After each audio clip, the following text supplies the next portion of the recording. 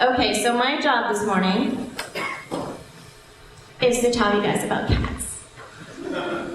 I mean kittens, and how kittens can help you to build a strong network of supporters. You guys ready? Do you guys have your coffees and food? All right. Okay. So what do I mean when I say kittens and how it can help you to build a strong network? Well, let's get started by looking at what a network is. I went on LinkedIn last night and I ran this map that you can do if you log into LinkedIn in their LinkedIn labs. It helps you to look at who are all of your friends and supporters. So as you can see, the blue on the top corner there, those are IT professionals that work in the nonprofit sector. The big blob of orange, that's the Center for Social Innovation and the network that the center has. Down here in the pink area, that's all the people that we collaborate with at TechSoup Canada. And the green is actually a network of young professionals that provide pro bono advice to the nonprofit sector. They're called Endeavor Volunteer Consulting. And the orange off in the corner there, that is the global TechSoup network.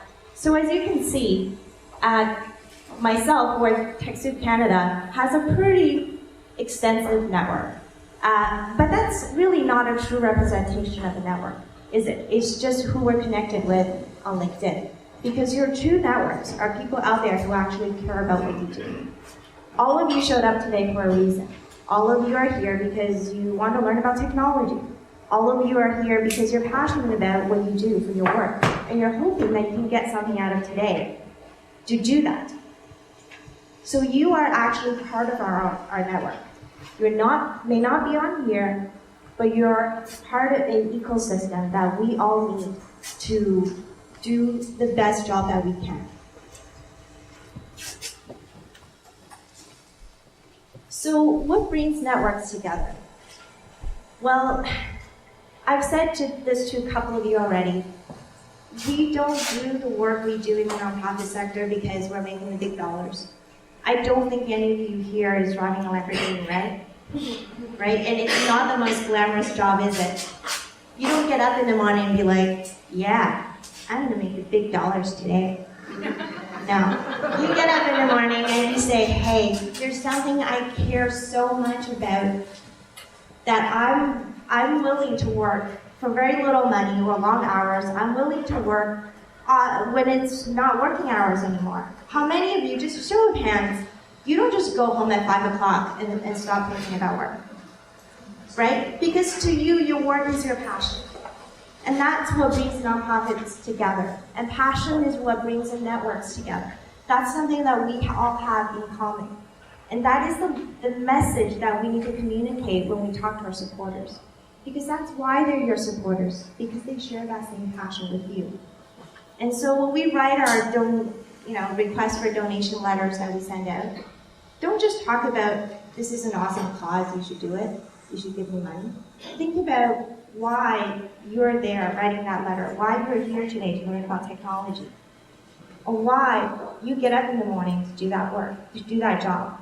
If that message is not clear in the letter that you're sending out, if that message is not clear in the tweet that you sent out, or whatever you posted on Facebook or whatever social network you have, then it's not working. Because people need to know why you give a damn. Because if they know why you give a damn, they will give a damn too. And that's, to me, the magic to fundraising. That is your e-strategy. How to make people care. I'm going to make you guys care today by showing you 15 pictures. Okay, so the second thing is that in any relationship, in any network, it's a two-way street. So we ask people to give all the time. But how often do we tell our supporters that we want to give back? So the more you give, the more you actually receive. If all we're doing is asking our networks to do something for us, eventually they're going to get tired of doing things for you, and then they will leave the network. They will stop supporting you because they want something back. And we may be asking for dollar amounts, donations, or time, or whatever, but there's a lot we can give back as well. And I'm going to try and show you guys by showing you some examples today. Because at the end of the day, no matter how awesome of an organization you are, no matter how passionate you are about your cause, you can't change the world by yourself. You are going to need all the help you can get. And no matter how good the cause it is that you are here for, there are tons of other causes out there. And we kind of all need to work together and help each other to be able to make the world a better place. So how do you do that? If you can't change the world by yourself, and if you need others to help you, I would say, think about letting go of control. Think about when you do your e-strategy, it's really not about what people should be tweeting or saying. It's about why people should care, and let them decide what to say. Because when it comes to social media, when it comes to connecting with people and getting supporters, it's actually all about conversations. I don't know about you, but I don't exactly go around when I'm talking to someone to tell them what they should say or not say back to me, do I? So we shouldn't do that when we're communicating with our supporters. We should give them that ability to be able to communicate from their heart so that they can use their passion to fuel yours. So that all sounds nice, but what are some concrete examples? Now, I may be the Executive Director at TechSoup Canada, but I'm actually a crazy cat lady. A few years ago, I started fostering for the Toronto Humane Society. We went through 8 litters of baby kittens, so I get them when they're about 5 weeks old, and we feed them, we socialize them, we take care of them, and when they're big enough to be adopted, we take them back to the shelter. And that was really wonderful. My husband and I, we fostered 26 kittens. Not all at the same time, right, of course. And it was all cute kittens all the time. Now, it was a lot of work because a lot of these kittens are very young and you have to feed them once every 2 hours or once every 4 hours. So, we would have alarms set up at 2 in the morning, 4 in the morning, 6 in the morning, and I would have to go in and feed them and clean them and use the humidifier to make sure that they're warm and everything, and to bring them back. He's going to hate me for saying this, but both of us cried the entire drive back to the shelter. And the only way we survived that ordeal is because the foster coordinator had another litter ready for us. So we would go upstairs, bawling our eyes out, return the kittens, run downstairs, because we're literally crying, and everybody's looking at us weird. And we would grab the other litter and go home and be all happy all over again. But I stopped fostering them because, and the Humane Society has changed a lot since then, because they never actually tracked what we did. So the only thing I ever got back from the Humane Society for the full time that I was volunteering and fostering, and we donated and all these things, was every year I would get this letter saying, please donate to us because we do good work.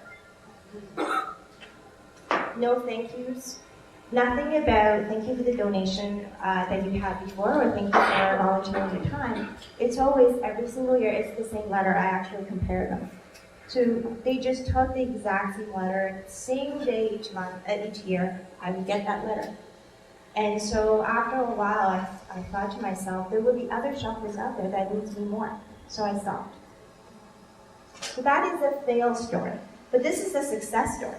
Perfect Pals is a cat shelter in Arlington, Washington. They're one of the biggest cat-only shelters in America. And what they do is they actually have 5 acres of land that they offer as forever homes to cats that will never be adopted. They're either too sick or too old or have behavioral problems. But they also offer adoptions, and they offer about 2,000 cats, give 2,000 cats new homes each year. That's not all. They have this thing called a prison program, where they bring kittens that are feral, that need to be socialized 24/7, and they pair them with a prisoner in the psychiatric ward. These are prisoners that will never go outside, will never be integrated into society. And yet, these are prisoners that will work really, really hard so they get the chance to spend a month with a cat that is deemed not adoptable because they're too wild, because they're too violent. So you get this cat that supposedly have no chance in life, with a prisoner who we as a society has determined should not be allowed to go outside into the world. They spent a month together. And every single cat that has gone through the program has been adopted. It's 100% success rate. And all of that cost is paid for by the shelter through donations. And you probably are wondering, do they have a really good e-strategy program for marketing, and how do they raise all these funds? Well, you know what? They did it by being honest and being transparent about what their needs are.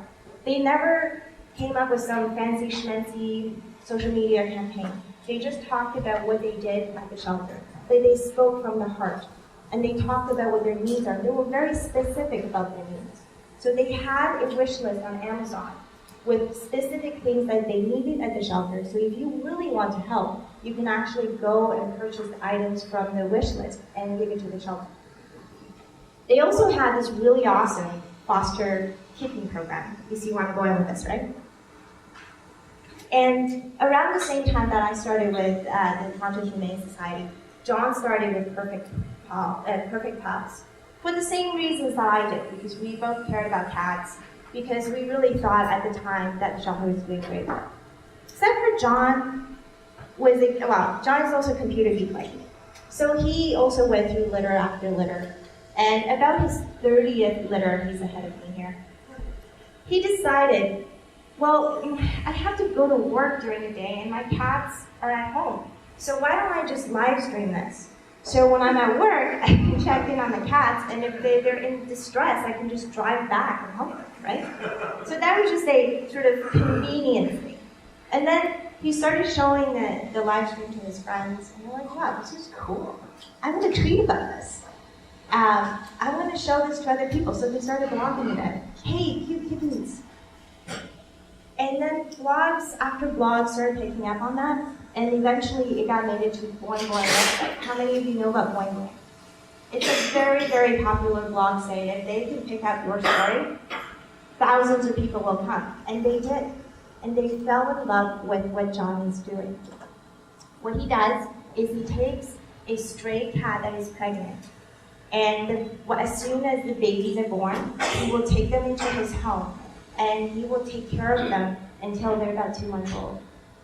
And every single day, he would go in and look after them and weigh them, and track their weights and socialize with them. And like me, he cries when he returns them to the shelter. So the difference, though, is John is smarter than I am. He figured out very early that the live stream is a great way to raise awareness for the shelter. He's also smarter than I am in that this wasn't something that the shelter asked him to do. He just did it on his own because he's passionate about it, and he wanted people to see just exactly what it's like to be a foster parent for these kids. And he wanted more people to give him foster cats because honestly, if more people do that, more cats will be socialized, better chances of them getting back homes, right? So when he first started, people are saying, hey, would you like some cat toys? I can buy some cat toys and send it to you. This is great. And he said, you know what? No. Instead of sending me cat toys and donating money to me, why don't you donate to Perfect Pals? The day he said it, about $1,000 was donated to Perfect Pals. Ever since the day that this happened, Perfect Pals, and now just to give you guys an idea, they have 250 permanent cats at the shelter, and they adopt our 2,000 cats, okay? Since he started doing this, they have yet to buy any cat food for all of their cats. Would you like to see the cats? Yeah.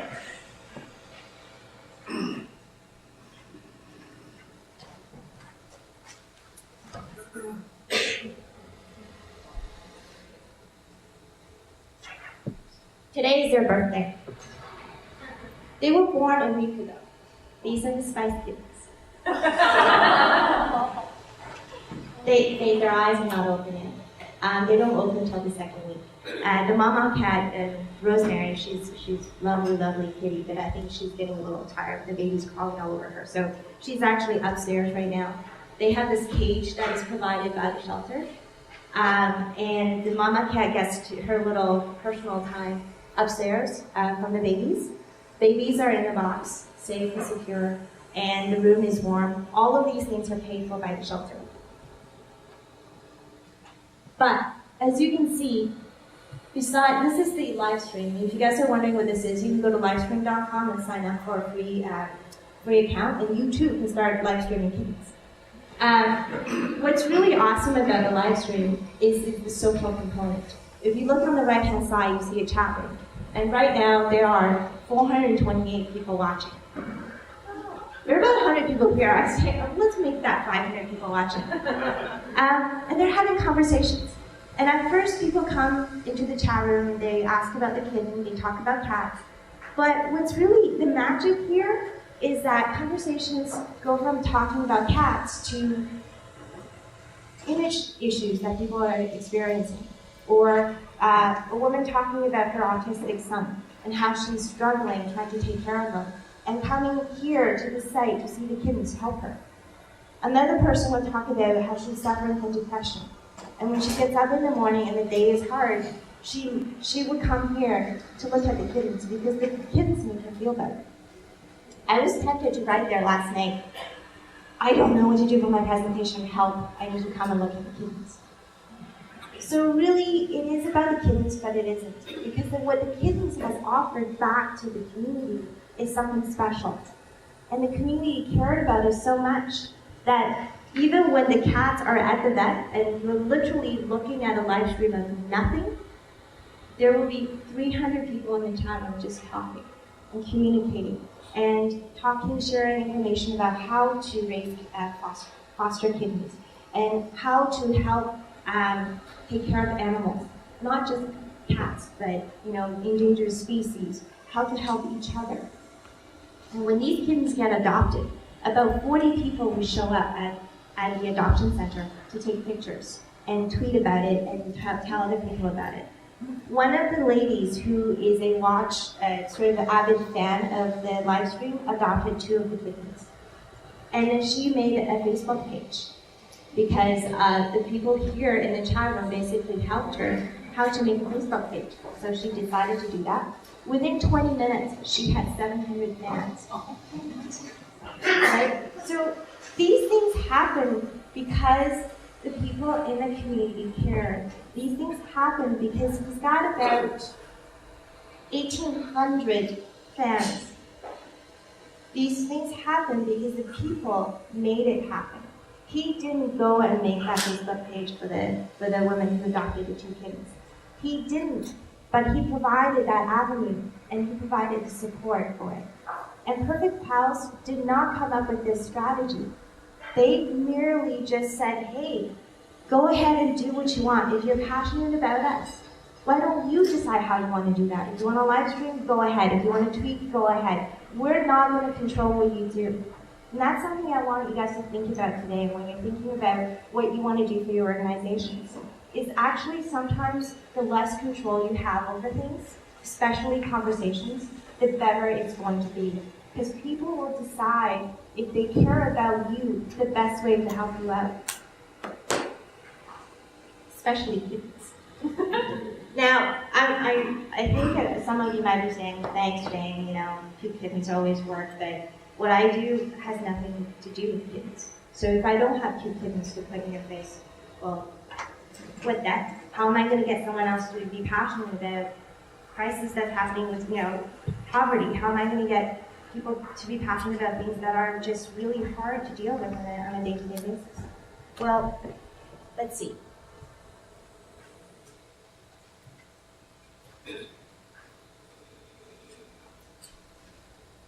There's no sound, but I think you get the point.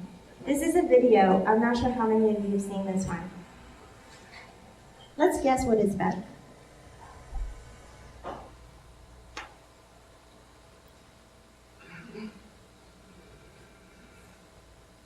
He's very handsome, isn't he?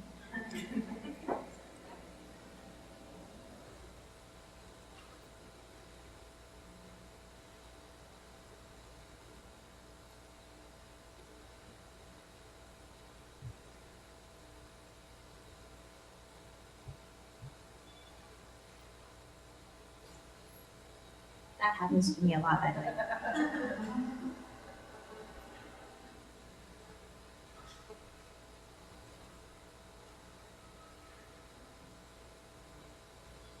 As you're watching this, how many of you can relate to the feelings just that these videos try to express? Have you ever been in love?